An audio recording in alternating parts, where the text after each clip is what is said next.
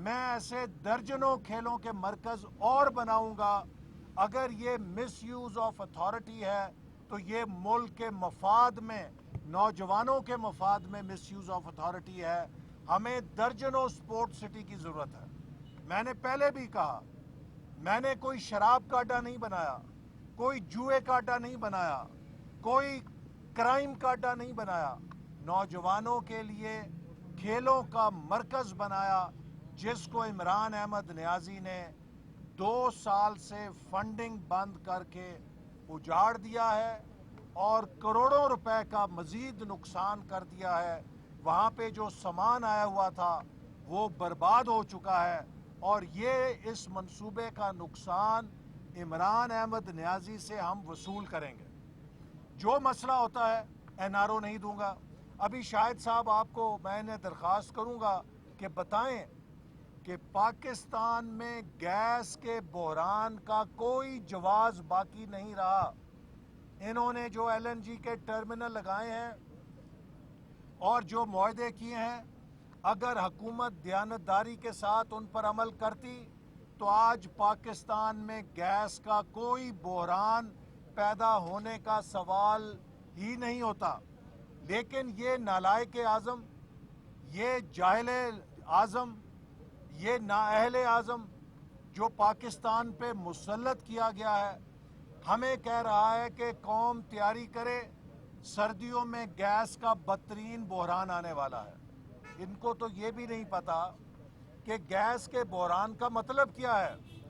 غریب کا چولہا ہی نہیں بجھے گا، غریب سردی میں ہی نہیں ٹھٹرے گا، بلکہ پاکستان کی صنعت بھی بند ہو جائے گی، پاکستان کا معاشی پہیہ بھی بند ہو جائے گا، اور اس نقصان کا ذمہ دار کون ہوگا؟ آخر میں یہ بات کہنا چاہتا ہوں کہ یہ حکومت سارا پروپیگنڈا یہ کر رہی ہے کہ جناب APC نے اور نواز شریف کے خطاب نے ہندوستان کو خوش کر دیا. ہندوستان نواز شریف کے خطاب سے خوش نہیں ہو رہا. ہندوستان خوش ہو رہا ہے کہ عمران احمد نیازی نے 2 سال میں پاکستان کی معیشت تباہ کر دی ہے. ہندوستان اس بات سے خوش ہو رہا ہے کہ عمران احمد نیازی نے پاکستان کو سفارتی میدان پر تنہا کر دیا ہے اور وہ کشمیر کو نوالۂ تر سمجھ کے ہضم کر گیا ہے. ہندوستان اس بات پہ خوش ہو رہا ہے عمران احمد نیازی نے پاکستان کی سیاست کو انتشار میں جھونک دیا ہے. ہندوستان اس بات پہ خوش ہو رہا ہے کہ عمران احمد نیازی کی پالیسیز نے پاکستان کے انتظامی ڈھانچے اور گورننس کو تباہ و برباد کر دیا ہے. یہ وہ باتیں ہیں جو ہندوستان کو خوشی دے رہی ہیں، اور اسی کا نتیجہ ہے کہ آج عمران احمد نیازی نے پاکستان کو ہندوستان کی تھریٹ پرسیپشن میں اتنا کمزور کر دیا کہ ہندوستان بآسانی کشمیر کے اوپر وہ کارروائی کر گیا جو 72 سال میں اسے کرنے کی جرت نہیں تھی. کمزور حکومت آئی، مضبوط حکومت آئی، جمہوری حکومت آئی، ڈکٹیٹرشپ کی حکومت آئی. کبھی بھارت کو جرت نہیں ہوئی تھی کہ وہ کشمیر کے متنازع حیثیت کو تبدیل کرے. یہ بدنما دھبا ان عمران احمد نیازی کے چہرے پر ہے کہ یہ سقوط کشمیر کا ذمہ دار ہے. یہ کس منہ سے ہمیں کہتا ہے؟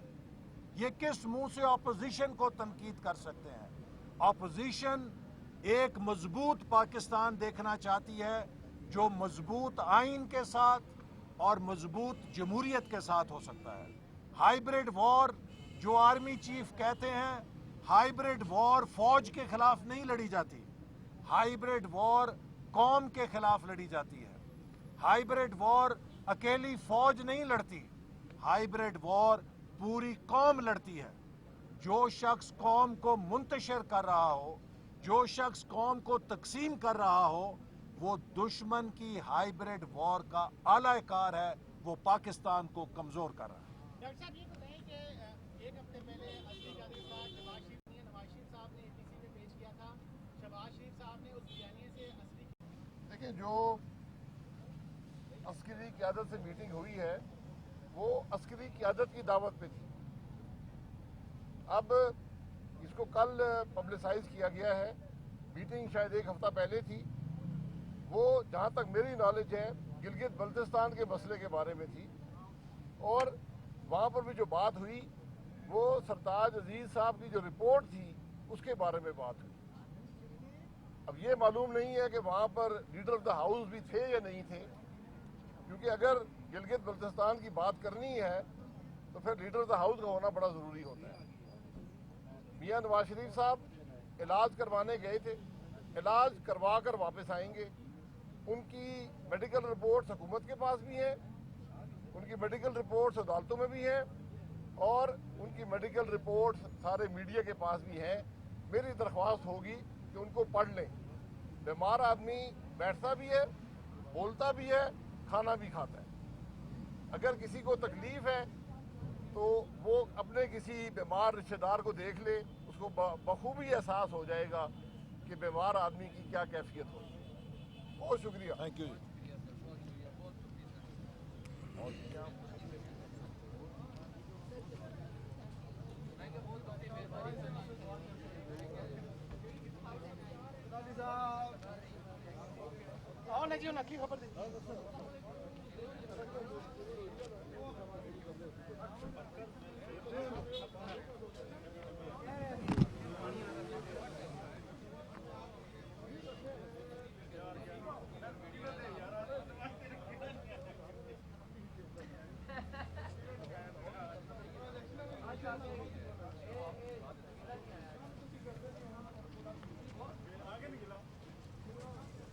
برقرار رکھتے ہوئے